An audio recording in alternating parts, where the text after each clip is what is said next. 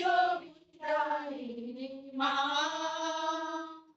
প্রভাতের তারা মাতা মারিয়া, পিতার প্রতিমা জীবনের আশা, তুমি মা দুর্যোগদায়িনী মা।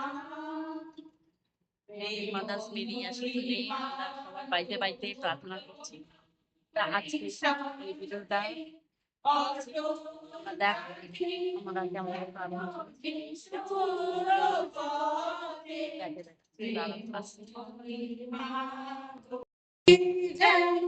যিশুর পথে ধর্মের ফুল মোদের আনন্দ, ধর্মের ফুল মোদের আনন্দ, আমি তোমারে ও মা, তুমি মা দুর্যোগদায়িনী মা, প্রভাতের তারা মাতা মারিয়া। প্রিয় খ্রিস্ট প্রভু, সকলকে ধন্যবাদ দিই, গৌরব প্রশংসা করি, আন্তরিক শ্রদ্ধা ভক্তি কৃতজ্ঞতা ভালোবাসা জানাই। পৃথিবী মাতাকে ধন্যবাদ দিই যে পৃথিবীর গর্ভে আমরা সবাই আছি, সুস্থ আছি, ভালো আছি, সুখে শান্তিতে আনন্দে আছি, এর জন্য ধন্যবাদ দিই। সকল মানব জাতির মঙ্গল কামনা করি, প্রত্যেকটা মানব জাতি যেন ভালো থাকতে পারে, শান্তিতে আনন্দের সঙ্গে দিন কাটাতে পারে, এবং এই পৃথিবী থেকে যখন বিদায় নেবে সবাই যেন সেই খ্রিস্টপ্রভু সেই স্বর্গরাজ্যে পৌঁছাতে পারে, এর জন্য ধন্যবাদ দিই। আমাদের দেশের নেতা মন্ত্রীদের মঙ্গল কামনা করি, তারা নিজেরা ভালো থাকুক এবং দেশের সকল মানুষকে ভালোভাবে রাখুক, যাতে আমরা সবাই শান্তিপূর্ণভাবে জীবন কাটাতে পারি। আজ আমরা এই গৃহে উপস্থিত হয়েছি, এই গৃহেতে সকলে আশীর্বাদ যুক্ত হোক, সকলের জীবনে স্বর্গীয় আশীর্বাদ শান্তি প্রাচুর্য নেমে আসুক, যার যা মনের আশা সকল কিছু পূর্ণ হোক, যাতে সবাই শান্তিতে বসবাস করতে পারে। আর আমরা সবাই যে আসছি প্রত্যেকের পরিবারে আশীর্বাদ যুক্ত হোক, প্রত্যেক হৃদয়ে প্রত্যেকের মধ্যে শান্তি প্রতিষ্ঠা হোক, যাতে প্রত্যেকটা মানুষ আমরা শান্তিপূর্ণভাবে জীবন কাটাতে পারি। খ্রিস্টপ্রভু তুমি পৃথিবীতে এসেছিলে সেই মাতা মরিয়মের গর্ভে, এখন সকলে সেই মাতা মরিয়মের আরাধনা করবে। আমরা যেন সবাই সেই মাতা মরিয়ম যেমন পিতার আজ্ঞাবহ হয়েছিলেন, তাই সে খ্রিস্টপ্রভুকে গর্ভে ধারণ করতে পেরেছিলেন, আমরাও যেন সেই মরিয়মের মতন মাতা মরিয়মের মতন পবিত্র এবং সূচি হতে পারি, আমাদের জীবনকে সুন্দর করে খ্রিস্টপ্রভু নামে চাই, আমিন। বিশ্বাস করো, এসো যিশু সুসমাচার প্রচার ও মন পরিবর্তনের আহ্বানে নিগ্র তত্ত্বকে ধ্যান করো। আমাদের সর্বস্থিত তোমার নাম পূজিত হোক, তোমার রাজ্য প্রতিষ্ঠা হোক, তোমার ইচ্ছা যেমন স্বর্গে তেমনি মর্তে পূর্ণ হোক। আমাদের দৈনিক অন্ন আজ আমাদেরকে দাও, এবং আমরা যেমন অপরাধীকে ক্ষমা করি তেমনি তুমি আমাদের অপরাধ ক্ষমা করো, আর আমাদের ওকে প্রলোভনে প্রইতে দিও না, কিন্তু অনন্ত হইতে রক্ষা করো। আমিন। মোদের বাঁচাও হে যিশু, স্বর্গে সকলকে আনো, অসহায়কে সাহায্য করো।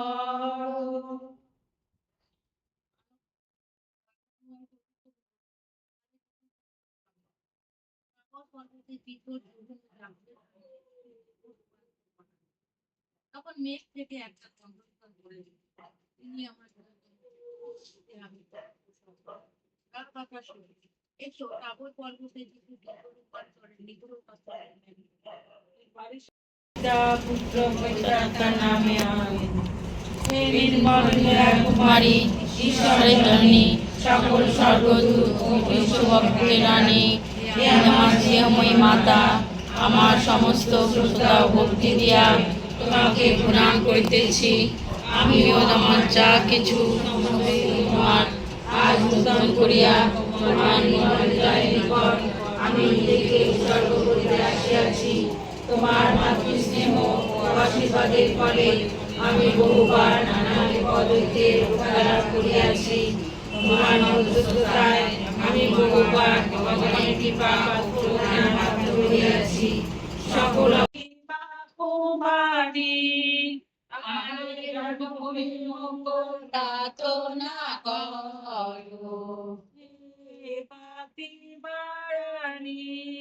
আমাদের প্রতিগণকে পবিত্র করিয়া তোলো। হে ফাতিমা কুমারী সকল যাত্রীদের মনে ভক্তির আগুন জ্বালিয়া দাও। হে ফাতিমা রানী আমাদেরকে ও সমাজের কার্যকে পরিচালিত করো। প্রত্যেকটা মানুষ চায় এই পৃথিবীতে যা কিছুই দুঃখ কষ্ট আসুক, এই দুঃখ কষ্টের পরপারে একটা জীবন আছে, আর সেই জীবনেই সবাই কিন্তু প্রবেশ করতে চায়। তাই কিন্তু খ্রিস্টপ্রভু এই পৃথিবীতে মানুষকে এসে সেই সমস্ত কথাই মানুষকে বোঝাতে চেয়েছিল। বলছে স্বর্গরাজ্যের বিষয় 7টি দৃষ্টান্তর কথা। যিশু অনেক অনেক দৃষ্টান্ত, অনেক অনেক উপমা দিয়ে মানুষকে বারবার বোঝাতে চেয়েছিল। আর প্রতিটা সময় যাতে মানুষ সহজ সরল ভাবে বুঝতে পারে, তাই এই প্রকৃতির মধ্যে যা কিছু ঘটছে সেই সমস্ত বিষয় দেখেই যিশু সব সময় সবাইকে বোঝাবার চেষ্টা করছিল। তিনি কহিলেন, দেখো বীজ বপন করিতে গেলে বপনের সময় কতক বীজ পথের পার্শ্বে পড়িল।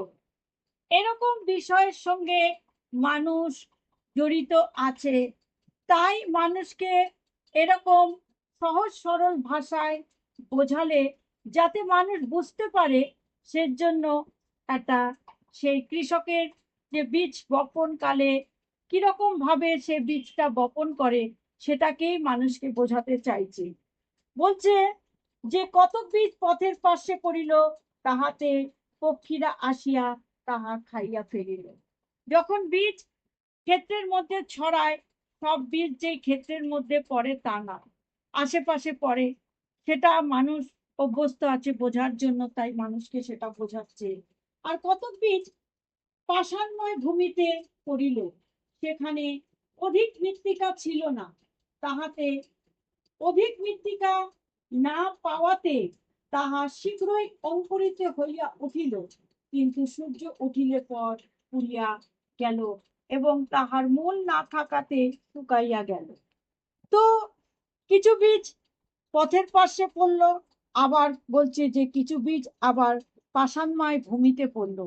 সেখানে ভূমিতে পড়ার পর সেখানে সঙ্গে সঙ্গে কিন্তু সেই বীজটা অঙ্কুরিত হয়ে উঠল, কিন্তু তার মূলটা গভীরে পৌঁছাতে পারেনি দেখে পরে তখন সেখানে 100 গুণ 60 গুণ 30 গুণ ফল দেবে।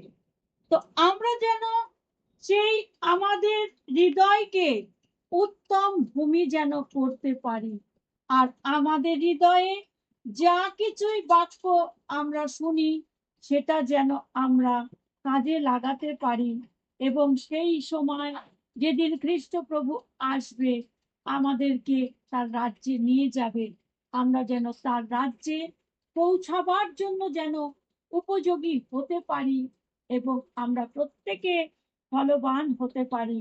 আর সেই দিন যেন আমাদের এটা না শুনতে হয়, আমি তোমাদের চিনি না, আমার কাছ থেকে চলে যাও। আমরা প্রত্যেকে যেন তার পরিচিতি হতে পারি এবং তার সঙ্গে যেন স্বর্গরাজ্যে পৌঁছাতে পারি। ঈশ্বর বলছে তার ইচ্ছা প্রত্যেকটা মানুষ পরিত্রাণ পাক এবং সত্যের তত্ত্ব জানুক।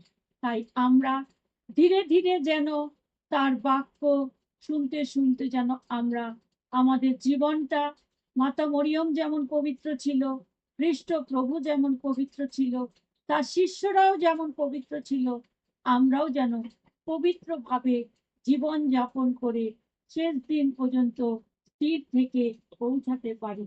ঈশ্বর সকলকে আশীর্বাদ করুক, এই গৃহেতে সকলকে আশীর্বাদ করুক, গৃহে উপস্থিত প্রত্যেককে আশীর্বাদ করুন, সবাই যেন আমরা তার রাজ্যে পৌঁছাতে পারি। আমেন।